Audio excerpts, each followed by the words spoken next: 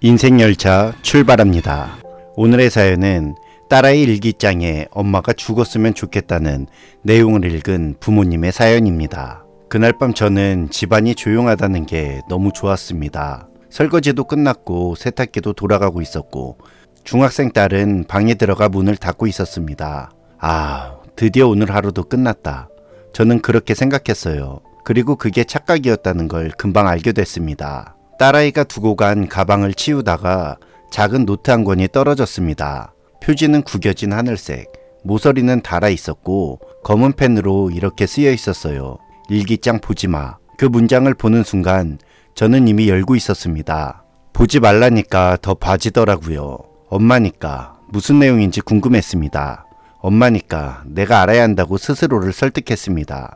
그리고 그 안에서 그 말을 봤습니다. 엄마가 죽었으면 좋겠어. 그 다음 한 줄. 그럼 집이 조용해질 것 같아. 그 순간 제 심장이 바닥으로 떨어지는 것 같았습니다. 눈이 뜨거워지고 손이 떨렸습니다. 내 딸이 나한테 이런 생각을 가지고 있다니. 그 문장 하나가 제가 믿어온 모든 엄마라는 역할을 산처럼 무너뜨렸습니다. 저는 좋은 엄마라고 스스로 믿고 있었습니다. 저는 늘 바빴습니다. 아침 6시에 일어나 도시락 준비하고 출근하고 퇴근해서 반찬 데우고 숙제 확인하고 학원비 보내고 빨래 널고 쓰레기 버리고 솔직히 말해서 제 인생의 90%는 가족을 위한 노동이라고 믿고 살았습니다. 딸아이 학교 알림장, 시험 일정, 수행평가, 체육복, 실내화, 생리대 다 체크했고 빠뜨리지 않으려고 애썼습니다. 학원 선택부터 장래 희망까지 다 너 잘 되라고 그러는 거야 라는 말을 달고 살았죠. 그래서 저는 진심으로 믿었습니다. 나는 나쁘지 않다. 나는 부족해도 최선을 다하는 엄마다. 그런데 그 일기장을 보니 제 최선이 제 아이에게는 최악이었다는 걸 알게 됐습니다. 저는 그 페이지를 넘겼습니다. 그 한 줄이 그냥 단순히 짜증나서 쓴 것이기를 바랬습니다. 근데 아니었습니다. 엄마는 맨날 소리 지른다. 내가 말하기 전에 이미 짜증나 있다. 학교에서 힘들다고 말하면 다 너 잘 되라고 하는 소리야 라고만 한다. 내 편인 줄 알았는데 아닌 것 같다. 엄마가 차라리 집에 없으면 좋겠다. 거기서 제가 본 엄마는 제가 아는 저와 달랐습니다. 제가 아는 저는 힘들지만 버티는 사람, 가족을 위해 희생하는 사람, 아이를 위해 잔소리하는 사람, 그렇게 생각했습니다. 딸아이 일기장 속 저는 언제 터질지 모르는 폭탄, 말을 들어주지 않는 사람, 본인을 위해 아이를 밀어붙이는 사람이었습니다. 저는 그 페이지에서 손을 떼지 못했습니다. 저도 모르게 눈물만 흐르더라고요. 일기장에 적힌 날짜를 보니 딱 생각나는 날이 있었습니다. 시험 기간이었어요. 딸아이는 책상에 앉아 있었고 휴대폰이 책 밑에 반쯤 숨겨져 있었죠. 또 폰이야? 시험 기간이라며.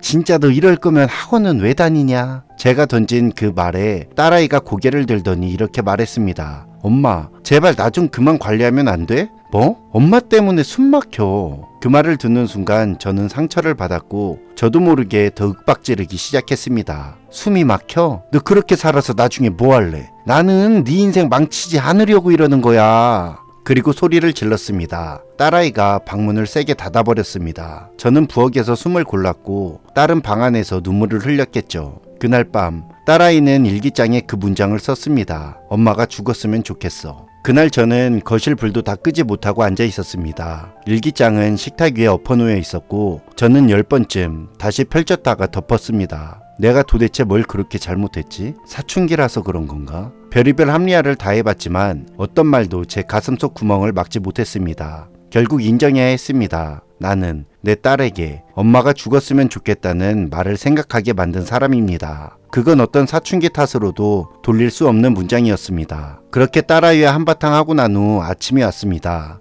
딸아이는 평소처럼 졸린 얼굴로 나왔고 저는 평소처럼 밥을 차렸습니다. 말을 꺼내려다가 입술이 붙어버렸습니다. 어제 일기 여기까지 나갔다가 말을 삼켰습니다. 그날 저는 겁이 났습니다. 확인하면 진짜가 될까봐. 그래서 아무 말도 하지 않았습니다. 그 선택이 또 하나의 잘못이었습니다. 딸아이는 밥을 먹지도 않고 눈도 마주치지 않고 밖으로 나가버렸습니다. 저도 딸아이에게 아무 말도 하지 못했습니다. 출근에서도 회의실에서도 화장실에서도 그 문장이 머리를 떠나지 않았습니다. 결국 점심시간에 검색창에 쳤습니다. 사춘기 딸, 엄마 죽었으면 좋겠어. 비슷한 경험담이 주르륵 떴습니다. 다 사춘기예요. 그 말 너무 마음에 담지 마세요. 아이들은 순간의 감정으로 극단적인 말을 써요. 그 답변들을 읽는데 이상하게 안심이 되지 않았습니다. 사춘기일 수 있습니다. 근데 그 사춘기를 견디게 해줘야 하는 건 바로 저였습니다. 그런데 저는 그걸 못했고 오히려 더 밀어붙였습니다.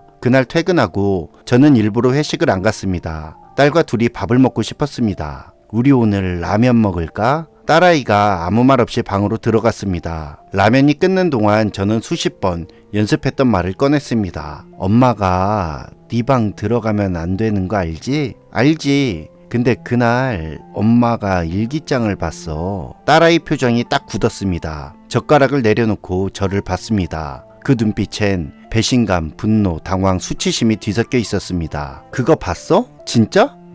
왜 봐? 보지 말라고 써놨잖아. 미안해. 그건 엄마 잘못이야. 저는 먼저 사과했습니다. 이건 변명의 여지가 없는 일이었으니까요. 그리고 아주 천천히 말을 이었습니다. 근데 거기 적힌 한 문장이 너무 아프더라. 침묵이 길게 흘렀습니다. 딸아이는 한숨을 쉬며 말했습니다. 진짜로 죽으라는 소리는 아니었어. 알아. 근데 그때 진짜 너무 엄마 때문에 힘들었어. 그 말이 제 귓가를 때렸습니다. 맨날 나한테만 화내고 나한테만 기대하고 나만 잘해야 될 것 같고 나 학교에서도 힘들었는데 집 오면 또 너는 왜 그래서 그냥 엄마 없으면 조용할 것 같다고 쓴 거야. 그 자리에서 제가 변명했다면 우리는 끝났을 겁니다. 엄마가 벌려고 얼마나 고생하는데 다 너 잘 되라고 했던 건데 이런 말 한 줄이면 그 일기장은 그냥 증거가 되었을 겁니다. 제가 딸을 이해하지 않았다는 증거. 그래서 저는 제일 하고 싶었던 말을 참았습니다. 그리고 이런 말을 택했습니다. 그래, 네가 그렇게 느낄 만큼 엄마가 너한테 힘들게 했나 봐. 딸아이 눈에 그제야 물기가 조금 맺혔습니다. 저는 그날 처음으로 이런 얘기를 꺼냈습니다. 엄마도 네 나이 때 할머니한테 똑같이 생각한 적 있어. 딸아이가 눈을 동그랗게 떴습니다. 맨날 공부해라, 누구랑 비교하고, 친구는 저렇게 사는데 넌 왜 그러냐. 그럴 때마다 엄마도 할머니가 정말 미웠어. 그러면서 왜 나는 그렇게 한 거야? 그 질문은 날카로웠지만 정확했습니다. 그러니까 엄마가 잘못한 거야. 엄마가 그걸 끊었어야 하는데 그냥 배운 대로 했던 거야. 엄마가 못 알아줘서 미안해. 저도 모르게 눈물이 나더군요. 엄마라서가 아니라 그냥 사람이어서. 저는 딸아이에게 말했습니다. 혹시 일기장에 쓰기 전에 한 번쯤은 엄마한테 왜 그런지 말해줄 수 있어? 딸아이는 잠시 생각하더니 말했습니다. 근데 말하면 엄마 또 화낼 것 같아서. 저도 딸아이에게 믿음을 줘야 한다고 생각했습니다. 저는 종이와 펜을 가져와 적었습니다. 첫 번째, 화내지 않고 듣기. 두 번째, 바로 해결책 말하지 않기. 세 번째, 네가 이상한 게 아니다 먼저 말하기. 엄마가 이 세 가지 안 지키면 그때 일기장에 마음대로 써. 엄마 진짜 별로라고. 딸아이가 그제야 웃기 시작했습니다. 그날 우리는 이상한 계약서를 썼습니다. 일기장의 주인은 딸이라는 것, 엄마는 그 주인에게 허락받고 들어가야 한다는 것. 너무 늦게 배운 상식이었지만 그래도 배웠습니다. 몇 주 뒤 딸아이가 씻으러 간 사이 책상 위에 일기장이 또 보였습니다. 이번엔 표지에 이렇게 적혀 있었습니다. 보면 죽여 엄마? 저는 웃으면서 지나쳤습니다. 그리고 정말 안 봤습니다. 다만 딸아이가 잠든 뒤 쓰레기통을 비우다가 구겨진 메모 한 장을 봤습니다. 오늘 엄마랑 산책했다. 아직도 가끔 짜증나고 무섭지만 그래도 예전보단 조금 덜 싫다. 엄마도 사람인 것 같다. 저는 그걸 보고 조용히 뚜껑을 닫았습니다. 그 메모는 저를 살려주는 문장이었습니다. 이제 저는 압니다. 아이들이 엄마가 죽었으면 좋겠어라고 쓸 때 정말 엄마의 장례식을 상상하는 게 아니라는 걸요. 그 말은 엄마가 지금 이 모습으로는 내 곁에 있지 않았으면 좋겠다라는 절규고 내 마음을 좀 봐달라는 서툰 구조 요청입니다. 그 신호를 저는 너무 늦게 봤습니다. 하지만 늦게라도 봐서 이 이야기를 이렇게 할 수 있게 됐습니다. 이 영상을 보시는 분들께 엄마인 제 입장에서 감히 한마디 드린다면, 아이 일기장에서 그런 문장을 보셨다면 당신이 몹쓸 엄마라서가 아니라 지금 그 아이가 그만큼 벼랑 끝에 서 있다는 신호일 가능성이 큽니다. 그때 필요한 건 어디서 이런 말을 배웠어라는 꾸중이 아니라 네가 그렇게 느낄 만큼 힘들었구나 라는 한 줄의 인정이었습니다. 요즘 저는 딸에게 가끔 물어봅니다. 엄마는 요즘 몇 점이야? 딸아이는 말합니다. 72점. 웃으면서 하는 말이지만 저는 그 숫자 하나하나를 진심으로 듣고 있습니다. 저는 여전히 불완전한 엄마고 딸은 여전히 예민한 사춘기고 우리는 여전히 서툽니다. 하지만 이제 그 아이의 일기장에 적힐 문장을 조금은 상상할 수 있게 됐습니다. 엄마가 죽었으면 좋겠어에서 엄마 때문에 힘들 때도 많다를 거쳐 그래도 내 편이긴 하다라는 문장으로 그 변화만으로도 저에게는 충분합니다. 왜냐하면 이제 저는 제 딸의 눈빛이 저를 완전히 지나쳐버리지 않았다는 걸 알기 때문입니다. 딸아이의 일기장을 보고 가슴 아팠던 한 어머니의 사연입니다. 인생열차 정차합니다.